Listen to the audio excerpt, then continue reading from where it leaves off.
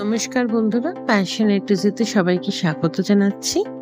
আজকে বাঙালিদের ভীষণ প্রিয় মাটন রেসিপি নিয়ে চলে এসেছি, যেটা আমি প্রেসার কুকারে ভীষণ সিম্পল ভাবে মাটন কারিটা বানিয়েছিলাম। চলুন দেখি তাহলে কিভাবে বানিয়েছিলাম। আমি প্রথমেই একটা পাত্রের মধ্যে 1 কেজি মাটন নিয়ে নিয়েছিলাম। তারপর এর মধ্যে আমি 150 গ্রাম টক দই ভালো করে মাটনে মাখিয়ে নিয়েছিলাম। পুরোটা ভালো করে হাতের সাহায্যে মাখিয়ে আমি ফ্রিজে 3 ঘন্টা রেখে দিয়েছিলাম। তারপর 3 ঘন্টা পর বার করে আমি প্রেসার কুকারে তেল দিয়ে দারচিনি, এলাচ, লবঙ্গ, তেজপাতা দিয়ে দিয়েছিলাম। তারপরে আমি গোটা রসুন দিয়ে দিয়েছিলাম। তারপর আমি স্লাইস অনিয়ন মানে পেঁয়াজ আমি দিয়ে দিয়েছিলাম।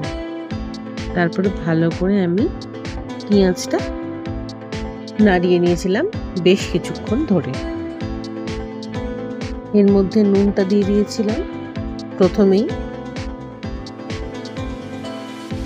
তারপর ভালো করে নুনটা দেওয়ার পর পেঁয়াজটা ভালো করে ভেজে নিয়েছিলাম। পেঁয়াজটা আস্তে আস্তে আমি একদিকে ভাজতে ভাজতে আমি অন্যদিকে এটা কড়ার মধ্যে আলুগুলো ভালো করে ভেজে নিয়েছিলাম।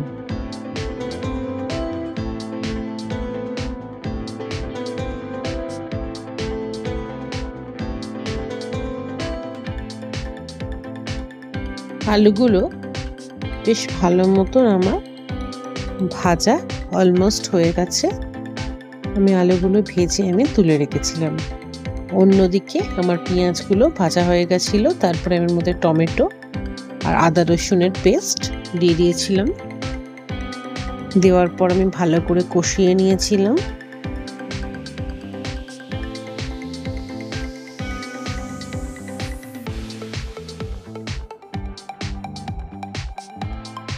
বেশ 5 থেকে 7 মিনিট আমার কষানো হয়ে গেছে।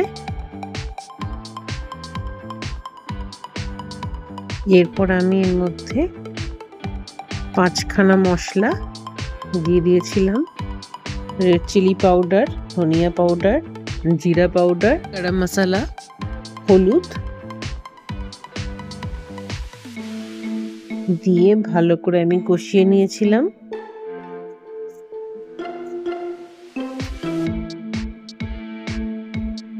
তারপর আমি কষানোর পর মাটনটা আমি দিয়ে দিয়েছিলাম।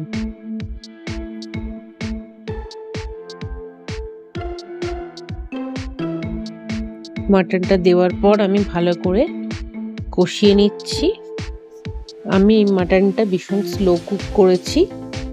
আমি কষানোতে আমি 25 মিনিট আমি ধরে কষিয়েছিলাম। দেখুন আস্তে আস্তে করে আমি স্লো কুকে আমি 25 মিনিট কষিয়েছিলাম।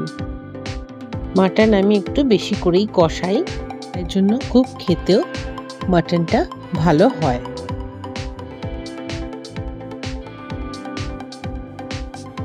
দেখুন মাটনে ভীষণ ভালো মতন তেল ছেড়ে গেছে। তারপর আমি 25 মিনিট পর আমি এর মধ্যে জল দিয়ে দিয়েছিলাম।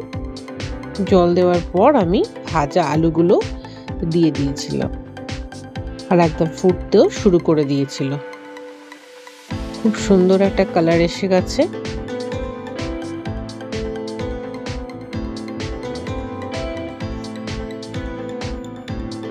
তারপর ভালো করে আমি মিক্সড করে নিয়েছিলাম। তারপরে আমি প্রেসার কুকারটা চাপা দিয়ে 8খানা সিটি দিয়ে দিয়েছিলাম। তারপরে খুলে দেখুন অসাধারণ একটা কালার এসে গেছে আর ভীষণ সুন্দর একটা গন্ধ বেরোচ্ছে। এরপর আমি ভাতের সঙ্গে সার্ভ করে দিয়েছিলাম। প্রথমে দিয়ে দিয়েছিলাম আলু, তারপরে দিয়ে দিয়েছিলাম মাটন আর সঙ্গে ঝোল।